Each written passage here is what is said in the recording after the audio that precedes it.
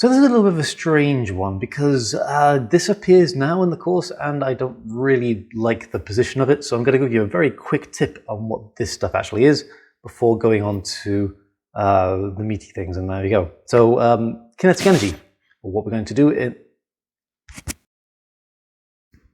So kinetic energy, what we're going to do is we're going to have a look at what kinetic energy actually is.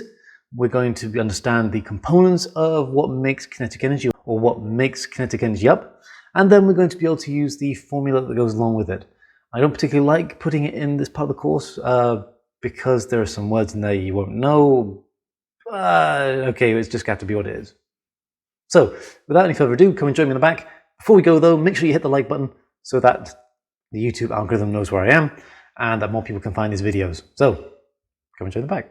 Right, so what we're looking at today is kinetic energy, and kinetic energy is the energy of things what move. So this thing is moving, so it has some kinetic energy. We want a nice way of quantifying that. So what we're going to do is we're going to play with a toy car and we're going to bash it into a box.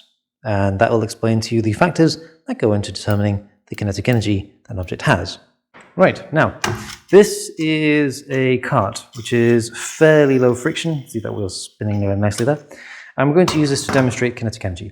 This is a box. As I am leaving my classroom, I need to pack things up, and I just happen to have this thing lying around, so we'll use it.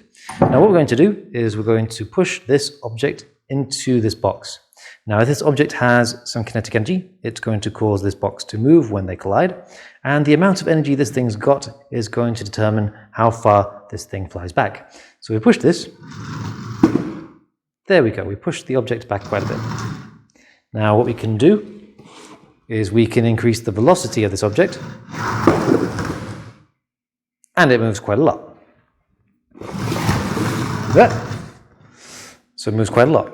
So what we can say is that kinetic energy is proportional to the velocity at which you push your object.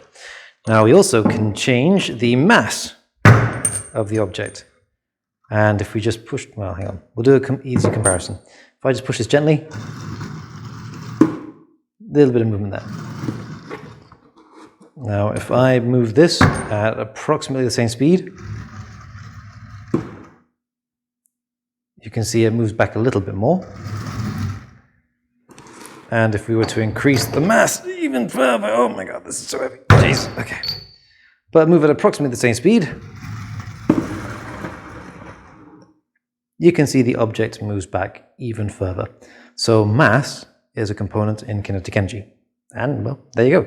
So kinetic energy, we have the formula here. We know that kinetic energy G is proportional to mass, and we know it is also proportional to the velocity at which it is traveling.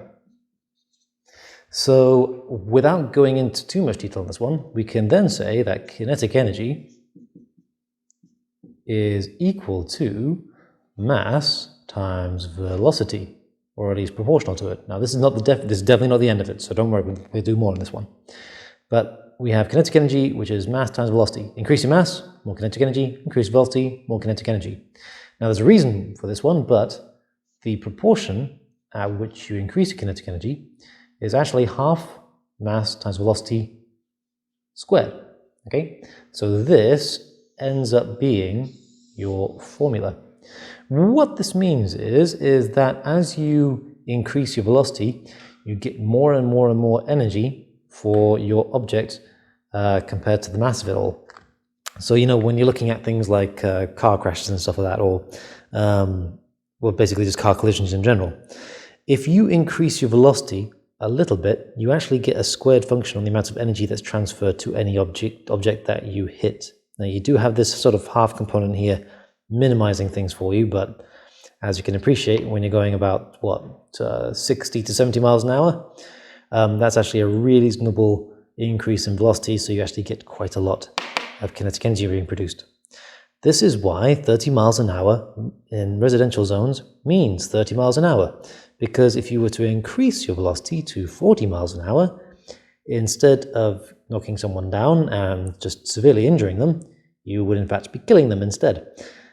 That's why speed limits are a thing and why you should follow traffic laws in general. Anyway, there's your formula for kinetic energy, half mv squared. Nice and simple to use, and well, that's pretty much it. So, there we go.